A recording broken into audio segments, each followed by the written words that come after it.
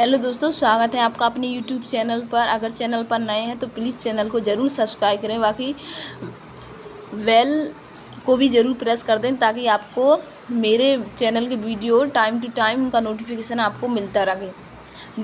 देखो, जैसा कि आपको पता है, हम बंदरों का से रिलेटेड जो स्पेशल क्लास हैं वो चल रही है बायोलॉजी की। ओके, जो एग्ज़ाम हुआ है हाल ही में यूपीपीसीएस का, तो उसमें मैंने जब पेपर उठा के देखा, एनालाइज़ किया, तो बायोलॉजी के क्वेश्चन जो मैं पढ़ा रही हूँ एनसीईआरटी का कंटेंट, उसमें से बहुत सारे क्वेश्चन तो उसमें बहुत सारे थे, मगर जो वीडियो मैं अपलोड कर चुकी हूँ उसके अकॉर्डिंग मैंने देखा तो 7-8 क्वेश्चन मुझे देखने को मिले। तो इसलिए चैनल पर बने रहें और अपने दोस्तों को भी शेयर करें वीडियो को। क्लियर? तो देखो, आज मुख्य तौर पर हमें बात करनी है कार्बन साइकिल की। क्लियर? तो पढ़ते हैं कार्बन साइकिल। देखो, कार्बन जो होता है पृथ्वी पर सबसे ज़्यादा पाया जाता है चट्टानों में, महासागरों में, वायुमंडल, पेड़ पौधे व जंतु, मृदा, जीवांश ईंधन में संचित रहता है। संचित का मीन जमा रहता है। क्लियर? अब बात करते हैं कार्बन चक्र वायुमंडल में। देखो, जब हरे पेड़ पौधे द्वारा प्रकाश संश्लेषण क्रिया होती है तो कार्बन डाइऑक्साइड CO2 ग्रहण कर ली जाती है। क्लियर? और फिर वो जमा हो जाती है, जैव भार के रूप में संचित हो जाती है। जैसा कि इसमें लिखा है, जैव भार के रूप में संचित हो जाती है, मतलब बायोमास के रूप में संचित हो जाती है, जमा हो जाती है। फिर जमा होने के बाद देखो होता क्या है, फिर उसके बाद होता है, जब बायोमास में ये जमा हो जाती है ना, तो जो विभिन्न पोषण स्तरों में होते हुए जीवों में, मतलब जो ट्रॉपिक लेवल हैं इकोसिस्टम के, उससे होते हुए ये रेस्पिरेशन होता है इसका, तथा जो मृत अकार्बनिक पदार्थों के अपघटन के द्वारा वायुमंडल में कार्बन डाइऑक्साइड फिर मुक्त हो जाती है। क्लियर? वायुमंडल में कार्बन डाइऑक्साइड मतलब CO2 फिर निकल जाती है। मुक्त होने का मतलब ये है। क्लियर? अब देखो होता क्या है, इसके अलावा जो डिकम्पोजर हैं, अपघटक हैं, अपघटकों द्वारा जो ज्वालामुखी, वन की आग, लकड़ी, ईंधन की जलने से CO2 प्रवेश करती है किसमें? वायुमंडल में। क्लियर?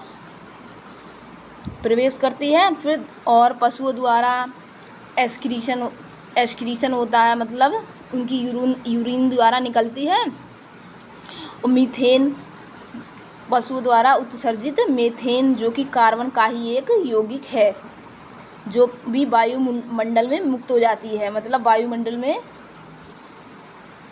से मुक्त हो जाती है। क्लियर? अब बात करते हैं, देखो, महासागरों द्वारा CO2 का उत्सर्जन होता है व अवशोषण होता है, मतलब ऑब्जर्वेशन होता है। किसके द्वारा? महासागरों द्वारा। क्लियर?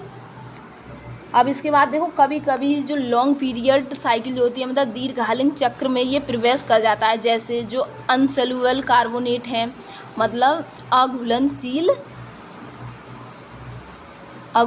कार्बोनेट के रूप में, जैसे जीवों के कवच में, जैसे आपने देखा होगा समुद्र में बहुत सारे जीव ऐसे पाए जाते हैं जिनमें एक कठोर प्रकार की कवच होती है, तो उसमें भी ये जमा हो जाती है CO2। क्लियर? अवसादी कार्बन के रूप में, जैसे सेलों में बहुत सारे जीव होते हैं जिनमें एक कठोर सेल पाई जाती है, तो उसमें सेलों में परिवर्तित हो जाती है, जो अवसादी चट्टानें होती हैं समुद्र में। क्लियर? और जैसे जीवांश ईंधन, कोयला, तेल, गैस आदि के रूप में भी इसका संचयन कार्बन चक्र द्वारा ही होता है, मतलब इकट्ठी होती है इनमें इसके द्वारा। किसके द्वारा? कार्बन चक्र के द्वारा। उम्मीद है आपको पॉइंट क्लियर हो रहे होंगे। तो चलिए आगे बढ़ते हैं, कुछ पॉइंट और हैं इसके बारे में हम डिस्कस करते हैं। देखो, महासागर जो होते हैं उनमें वायुमंडल की तुलना में अधिक कार्बन संचित होती है। कहने का मतलब है, जो वायुमंडल से ज़्यादा महासागरों में ज़्यादा जमा होती है CO2। याद रखिएगा, इम्पोर्टेंट पॉइंट है एग्जाम के पॉइंट ऑफ व्यू से। क्लियर? देखो, ये डायग्राम है, क्योंकि नोट्स तैयार करना इतना जल्दी मेरे लिए पॉसिबल नहीं था, क्योंकि टाइम की कमी है, तो इसलिए मैंने बुक से ही पिक क्लिक करके वीडियो में अपलोड कर रही हूँ। तो आप देख लीजिए हो क्या रहा है। देखो, इस डायग्राम में देखो ये आपको पेड़ नज़र आ रहा है, पेड़ नज़र आ रहा है। तो देखो जो कार्बन डाइऑक्साइड है, जब प्रकाश संश्लेषण की क्रिया हो रही है तो हरे पेड़ पौधों में संचित हो जा रही है, संचित हो जा रही है। फिर उसके बाद ये देखो मृत जीव व अपशिष्ट पदार्थों में होते हुए फिर कारखानों के उत्सर्जन के द्वारा ये निकल रही है, वायुमंडल में जा रही है। फिर तो इस तरीक़ा से ये साइकिल चलती रहेगी। मगर मैंने जो पीछे आपको पॉइंट बताए हैं उनको ज़्यादा याद रखिएगा कि सबसे ज़्यादा ये कहाँ कहाँ पाई जाती है, महासागरों में सबसे ज़्यादा पाई जाती है। और जो अपसादी सेलों में किस रूप में पाई जाती है, सेलों के रूप में परिवर्तित हो जाना, तथा बाकी जैसे कोयला, गैस इत्यादि में जमा हो जाती है CO2 कार्बन डाइऑक्साइड। क्लियर? तो उम्मीद है ये पॉइंट क्लियर हुए होंगे। तो ये तो पॉइंट यहीं तक था जो वन दरोगा के लिए था, क्योंकि वन दरोगा में कार्बन चक्र ही इसका अंतिम टॉपिक है। अब बात करते हैं जैसा कि अन्य जो सिलेबस हैं उसके बारे में मैं बात करूं तो हम फास्फोरस चक्र के बारे में पढ़ लेते हैं, मतलब फास्फोरस साइकिल के बारे में, क्योंकि अन्य जो अदर एग्ज़ाम है उनमें फास्फोरस चक्र दे रखा है, इसलिए तो मैंने सोचा मैं इसे भी पढ़ा देती हूँ। देखो बात करते हैं हम फास्फोरस की। तो देखो फास्फोरस का भंडार जो होता है, मतलब जो ये स्टोर जो होती है, मुख्य रूप से ये चट्टानों में पाई जाती है,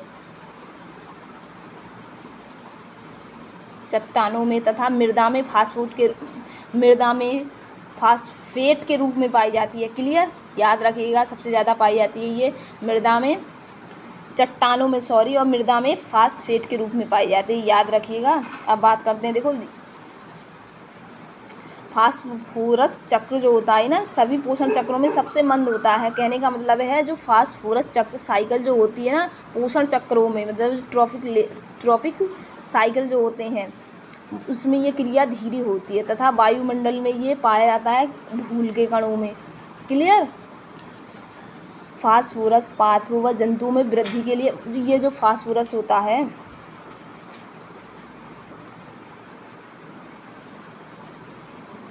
फास्फोरस पेड़ पौधों तथा जंतुओं की ग्रोथ के लिए इम्पोर्टेंट है। यह न्यूक्लिक अम्ल, कोशिका झिल्ली, कोशिकीय ऊर्जा, सेल एनर्जी का ट्रांसफर प्रक्रिया में तथा अस्थियों तथा दांतों का प्रमुख अवयव है। कहने का मतलब है जो हमारी हड्डियां होती हैं और जो दांतों का जो प्रमुख कंपोनेंट है, मुख्य अवयव है, वो क्या है?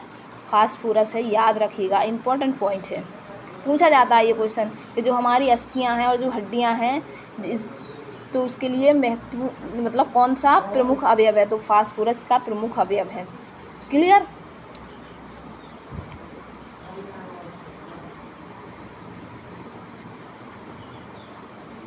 तो चलिए आगे बढ़ते हैं। ये डायग्राम दिया हुआ है, तो चलो मैं डायग्राम को तो नहीं ज़्यादा वो कर रही हूँ एक्सप्लेनेशन, मैं इसके पॉइंट ही आपको बताती हूँ जो इम्पोर्टेंट पॉइंट हैं, तो आप ध्यान से सुनिएगा, उम्मीद है आपको पॉइंट क्लियर हो जाएंगे। देखो होता क्या है, जब चट्टानों के क्षय से, मतलब जब चट्टानें टूटती हैं, क्षय का मतलब होता है टूटना, याद रखिएगा, तो फास्फेट जो होती है जल में घुल जाती है। क्लियर? तो उसके बाद ये बन जाता है आर्थोफास्फेट के रूप में पादपों की जड़ों द्वारा अवशोषित कर लिया जाता है। कहने का मतलब है चट्टानें टूट जाती है ना, तो फास्फेट जल में घुल जाती है, तो उसके बाद ये बन जाता है आर्थोफास्फेट। तो फिर आर्थोफास्फेट के रूप में वे जो प्लांट की रूट होती हैं, प्लांट की रूट के थ्रू अवशोषित कर लिए जाते हैं। क्लियर? तो इसके बाद जो कार्बनिक अवयवों के रूप में इसका संग्रहण हो जाता है, मतलब जो कार्बनिक कंपोनेंट होते हैं, ऑर्गेनिक जो कंपोनेंट होते हैं उसके रूप में ये इकट्ठी हो जाती है। क्लियर? जब उच्च स्तरीय पादपों में फास्फोरस का जो मतलब ऊंचे लेवल के जो पादप हैं उनमें फास्फोरस का जो अवशोषण होता है वो कवकमूल द्वारा तीव्रता से होता है। किसके द्वारा? कवकमूल के द्वारा। क्लियर?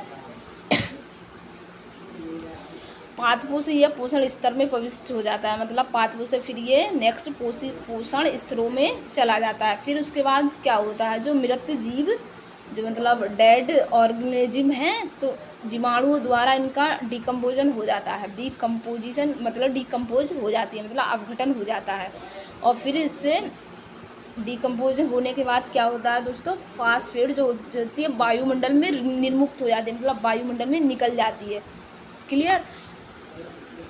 अब बात करते हैं निर्मुक्त सूक्ष्म जीवों में। जो जीव निर्मुक्त करते हैं फास्फेटेज एंजाइम की सहायता से अकार्बनिक के रूप में। जो कुछ माइक्रो जीव होते हैं, मतलब छोटे जीव होते हैं, तो वो निर्मुक्त करते हैं फास्फेट एंजाइम की सहायता से अकार्बनिक फास्फोरस के रूप में। क्लियर। उम्मीद है पॉइंट क्लियर हुआ होगा। फिर से मैं समझाती हूँ। देखो कुछ सूक्ष्म जीव होते हैं तो वो निर्मुक्त करते हैं फास्फेट एंजाइम, इसकी फास्फेट एंजाइम की सहायता से इनऑर्गेनिक कार्बनिक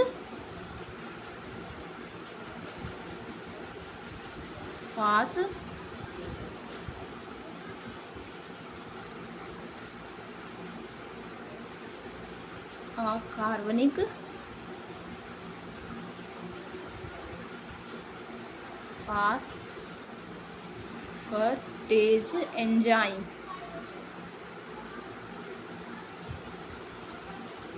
एंजाइम की सहायता से अकार्बनिक फास्फोरस के रूप में होता है। क्लियर।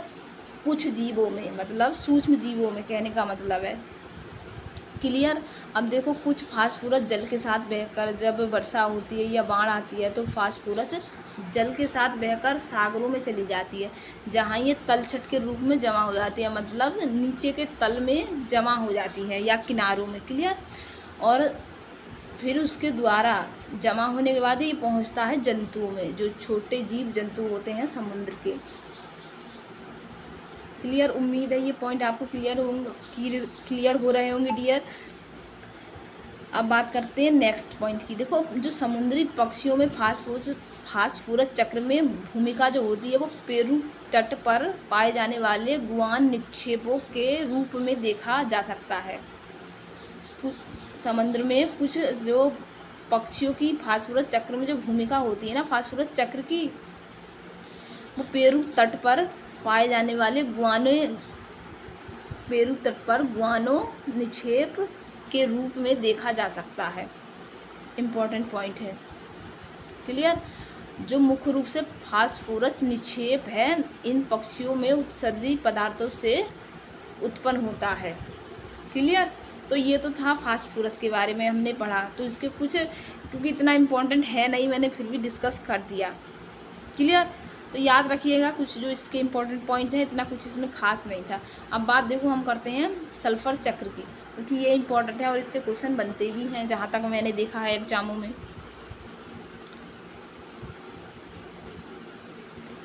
सल्फर की अगर हम बात करें तो ये इसका विशाल भंडार, मतलब ये अधिक मात्रा में कहाँ जाता है, मृदा में पाया जाता है। क्लियर। अपसादों के भीतर जो मतलब चट्टानें हैं बड़ी बड़ी बहुत पुरानी, उनके भीतर कार्बनिक रूप में, मतलब नीचे जैसे कार्बनिक रूप में कोयला, पीट, तेल तथा अकार्बनिक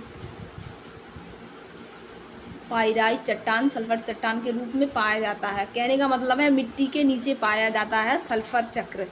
क्लियर। अब बात करते हैं चट्टान के अपक्षय एवं अपरदन। देखो जब चट्टान का अपक्षय या अपरदन होता है, मतलब जब चट्टानें टूटती हैं तो जब उनका अपरदन होता है तो जैविक पदार्थों के जीवाणु एवं कवकों द्वारा विघटन से, कहने का मतलब है जब चट्टानें टूटेंगी तो उनमें जैविक जो बायोलॉजिकल मटेरियल होंगे तो उसके जीवाणु, बैक्टीरिया तथा फंगी के विघटन से, मतलब टूटने से सल्फर का स्थलीय व जलीय परितंत्र में गमन होगा।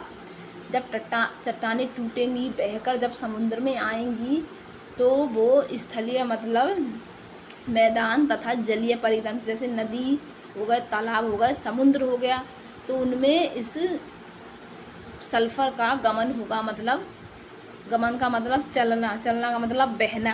क्लियर। अब बात करते हैं, देखो सल्फर वायुमंडल में, जो सल्फर वायुमंडल में पाई जाती है वो हाइड्रोजन सल्फाइड के रूप में पाई जाती है, हाइड्रोजन सल्फाइड के रूप में और सल्फर डाइऑक्साइड के रूप में, CO2 सल्फर डाइऑक्साइड के रूप में, दो रूप में पाई जाती है। इम्पोर्टेंट पॉइंट है याद रखिएगा। क्लियर। इसी प्रकार गैसीय व अपसादी मतलब गैस में भी पाई जाती है और बाकी चट्टानों में पाई जाती है। अपसादी का मतलब जो बड़ी चट्टानें होती हैं उनमें भी पाई जाती है और गैस की फॉर्म में भी पाई जाती है, याद रखिएगा। अब बात करते हैं जो सल्फ़र की प्रमुख विशेषता है, मतलब इसके जो मेन कैरेक्टर हैं। तो देखो ये पहले से ही इस स्थिरीकृत अवस्था में मृदा में, मतलब पहले से ही स्थिरीकृत मृदा में उपलब्ध है, मतलब पहले से ही ये पाई जाती है, जिससे पादप जो होते हैं, प्लांट जो होते हैं, मृदा से सल्फेट आयन का अवशोषण कर सल्फेट किसका एग्जाम में अगर पूछा जाए, मृदा से पौधे किस रूप में सल्फ़र को लेते हैं, तो सल्फेट आयन इम्पॉर्टेंट पॉइंट है कि फिर अवशोषण करते हैं। मतलब ऑब्जर्वेशन करने के बाद एमिनो अम्ल का निर्माण करते हैं, इम्पॉर्टेंट पॉइंट है। क्लियर, याद रखिएगा। अब बात करते हैं हम नेक्स्ट पॉइंट की। देखो होता क्या है, जो एमिनो अम्ल जो होते हैं जो स्वपोषी जीवों में पाया जाता है, तो जो स्वपोषी जीव करते क्या है, वो एमिनो अम्ल को प्रोटीन में बदल देते हैं, निर्माण कर देते हैं। तो जीवों के जो शरीर में सल्फेट उत्सर्जन व मृत जैविक पदार्थों के विघटन के कारण ये पुण्य मृदा व तालाबों, झीलों, समुद्र में पहुंच जाती है। देखो अब मैं इसका मतलब बताती हूँ होता क्या है। देखो जो एमिनो अम्ल से जो स्वपोषी जीव होंगे वो प्रोटीन का निर्माण करेंगे, तो उसके बाद जो जीव होंगे जीवों के जो शरीर से सल्फेट का उत्सर्जन मतलब एक्सक्रीशन होगा। जो डेड जैविक पदार्थों के विघटन, जब मृत जैविक पदार्थ के टूटने के कारण ये मृदा में फिर या तालाबों में, समुद्र में फिर से सल्फ़र पहुंच जाएगी। क्लियर, इसी का कारण होता है कि मृदा में सल्फ़र सबसे ज़्यादा पाई जाती है। क्लियर। अब बात करते हैं हम नेक्स्ट पॉइंट की। देखो जब विघटन होता है सल्फ़र का, जब सल्फ़र टूट जाएगी तो वो होगा उसकी जो वायवी एरोबिक दशाओं में वो पहुंचेगा एस्परजिलस, न्यूरोस्पोरा आदि व कवकों, और एनोर्बिक दशाओं में मतलब वायवी और अवायवी दशाओं में पहुंचेगा उसमें एस्केरियाई कोलाई में, प्रोटियस में आदि जीवाणुओं में। कहने का मतलब है देखो वायु के द्वारा तो ये पहुंचेगा एस्परजिलस में। क्लियर।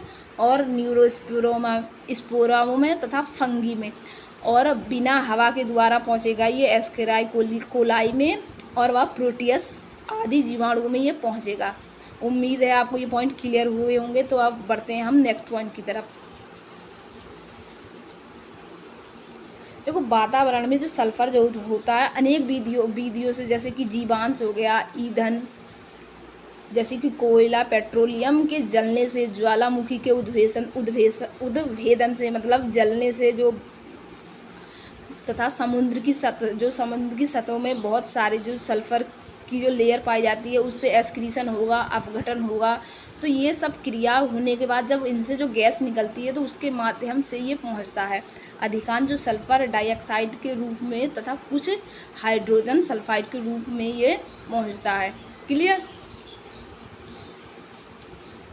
अब बात करें हम वातावरणीय सल्फ़र की। तो जो वातावरण में सल्फ़र जल में वर्षा घुलकर सल्फ्यूरिक अम्ल H2SO4 का निर्माण करती है। वातावरण में जल में जो वर्षा होगी तो उसमें घुलकर H2SO4 का निर्माण होगी, यही कारण होता है अम्ल वर्षा का। क्लियर। अंत मृदा निक्षेपों में ये प्रवेश कर जाती है। जब वर्षा होने के बाद सल्फ्यूरिक अम्ल H2SO4 का निर्माण होता है। क्लियर। यही अम्ल वर्षा का कारण होता है। इम्पॉर्टेंट पॉइंट है, याद रखिए कि अम्ल वर्षा किसके कारण होती है? जब वातावरण में सल्फर जल में वर्षा जब घुलकर सल्फ्यूरिक अम्ल का निर्माण करती है, मतलब H2SO4 का निर्माण करती है। तो यही कारण होता है कि अम्ल वर्षा होती है। अम्ल वर्षा से हमारी फसलों को, इमारतों को तथा पेड़ पौधों को काफ़ी नुकसान होता है। किसके कारण? अम्ल वर्षा के कारण। तथा जो अंत जो फिर इसके बाद ये मृदा में मिल जाती है, प्रवेश कर जाती है, तो इसका पुनर्चक्रण हो जाता है। उम्मीद है आपको ये पॉइंट क्लियर हुए होंगे। अगर कोई डाउट है तो कमेंट कर दीजिएगा, मैं क्लियर करने की कोशिश करूँगी। बाकी वीडियो को यहीं एंड करते हैं। Stay tune and thank you.